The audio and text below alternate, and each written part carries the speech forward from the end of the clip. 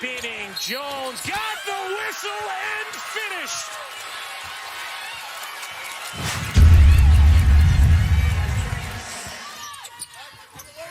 And Utah Valley is in a zone right now, but they don't play a lot of zone defense. Wondering if Utah Valley would get that look because of the size and length of Stanford, but they executed well. Oh, that's a sweet pass from Jones to find Brink. Right ankle area at least, but I mean, how many players come into the season committing to the defensive end the way that Anna Wilson has? Haley Jones hits a turnaround. Working baseline, Hannah jump, kicks it back out as the shot clock expires. And oh yeah, right now Stanford is feeling it. Haley Jones knocking down the three. And play an integral role in the Cowgirls' success. Nice turnaround. Woo! Goodness. I mean, come on, Haley Jones. Tie ball game.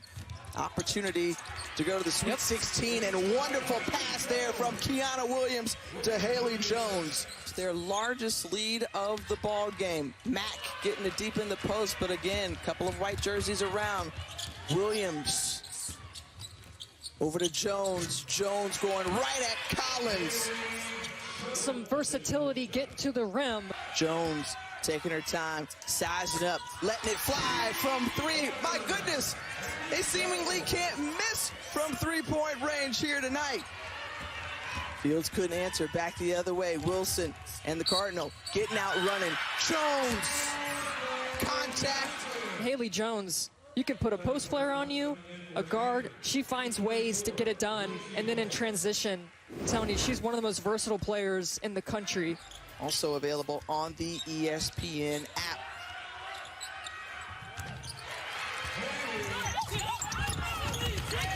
Williams was jumping up and down, wanting the basketball. Instead, Jones took care of business on the wing. By the way, Jones was the first #1 prospect to sign with Stanford since our colleague, Chiney Agumike, back in 2009, as Jones finishes again. And then they have such great size at every position. It makes it difficult to get open looks. Jones there for the cleanup. Timeout. Coach Mox and Missouri State make it to their 21st Elite Eight as Jones hits the jumper. Yeah, just been so good. And it certainly helps when your first shot falls. Jones, nice take there from Haley Jones. She is dangerous. Jones with a runway lays it home. The graphic about Stanford, 2 for 12 from three. They're 5 for 5 in the fourth and doing that as well. Jones adds a little icing. Here's Williams, didn't have an angle. Shot clock is at 10. Jones connects. Haley Jones is really good when she can get to that free throw line area because she can hit that shot, and she's also a tremendous passer out of that area. Nice poke away there from Williams, leads to a transition opportunity. Jones the flick ahead, and Williams unable to finish, but Jones is there for the follow. 13-4 start for South Carolina as Jones cans another jumper. Hull had it knocked away. Prechtel, 3 to shoot, gives to Jones, who connects from downtown. Haley Jones becoming a three-point shooter here in the NCAA tournament. Even more importantly, off the bench, Prechtel came in and got 7 boards. Lexi Hull with 8. South Carolina's got to do a better job on that glass. 4 offensive rebounds now for Lexi Hull. The push shot from Jones wedges in. And he said, gosh, I'm just so, the pressure, it's getting to me, it's getting to me. And she said, you just got to go out there and be savage thugs. And he was after that. And now starting to hear the South Carolina faithful here in San Antonio. It's a tie game, but not for long as Jones pizza pies at home. There's no answer defensively so far in this game for Haley Jones. You see the look on her face, she's so stressed.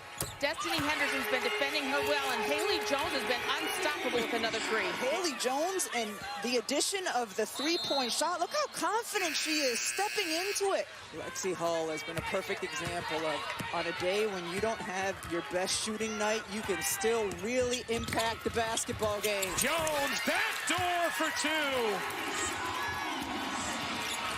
Hull turning, laying, missed it badly. Loose ball. Jones has it and hits. Haley Jones cleaning it up and putting Stanford back in front by 1 with 32 seconds to go. Right there, it looked like Cook tried to foul, or Henderson tried to foul. Haley Jones, what a tough shot as Kiana Williams does jumping jacks in the right corner, saying, I'm open. Haley Jones says, that's all right, so am I. See if they can quickly turn it around. Arizona 1 of 8. Jones, the layup. Haley Jones has a great matchup in this game, and here she gets by Kate Reese and able to finish inside. To let the music play, and each player has different moments to solo. We are seeing that from Stanford tonight. Down the floor, Ho lays it in.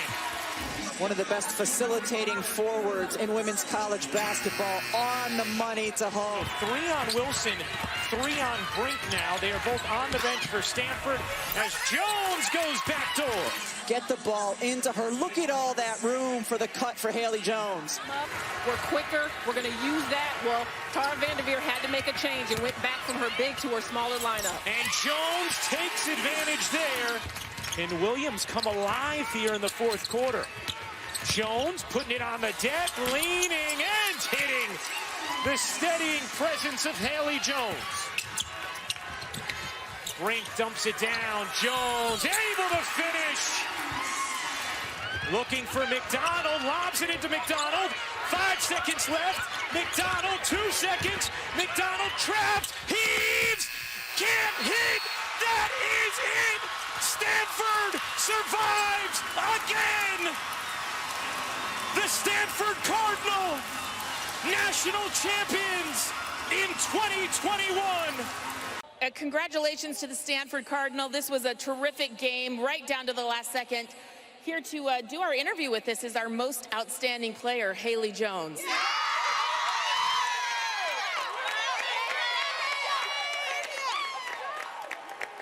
Oh, wow. Haley, you seem so comfortable out here. People forget this is your first NCAA tournament. Why are you so big in these moments when they need you the most? I just owe it all to my teammates. They have confidence in me, even when I don't have confidence in myself. So coming down the stretch, I saw in their eyes they needed me to come out big, and I did, thankfully. But I just owe it all to them. This team is so close, and I'm just so happy to be there with this type of squad. Take us inside those timeouts. You guys have a timeout. There's just a few seconds left. How were you guys able to really come together in those moments and communicate what was necessary? Yeah, we just knew, we had like 15 seconds left in the entire season, so we couldn't leave anything that we would have regrets with at the end of the day. So we left it all on the floor. We gave what we had. We talked. We communicated. And it was just a team effort, just communication, and we just showed how much heart we have, how much passion we have, and how much grit we have as a team.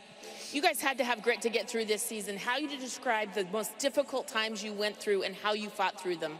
Yeah, we just had strength in each other. We spent a lot of time together. Sometimes you don't want to be around each other, so we really got to know each other probably more than we ever would.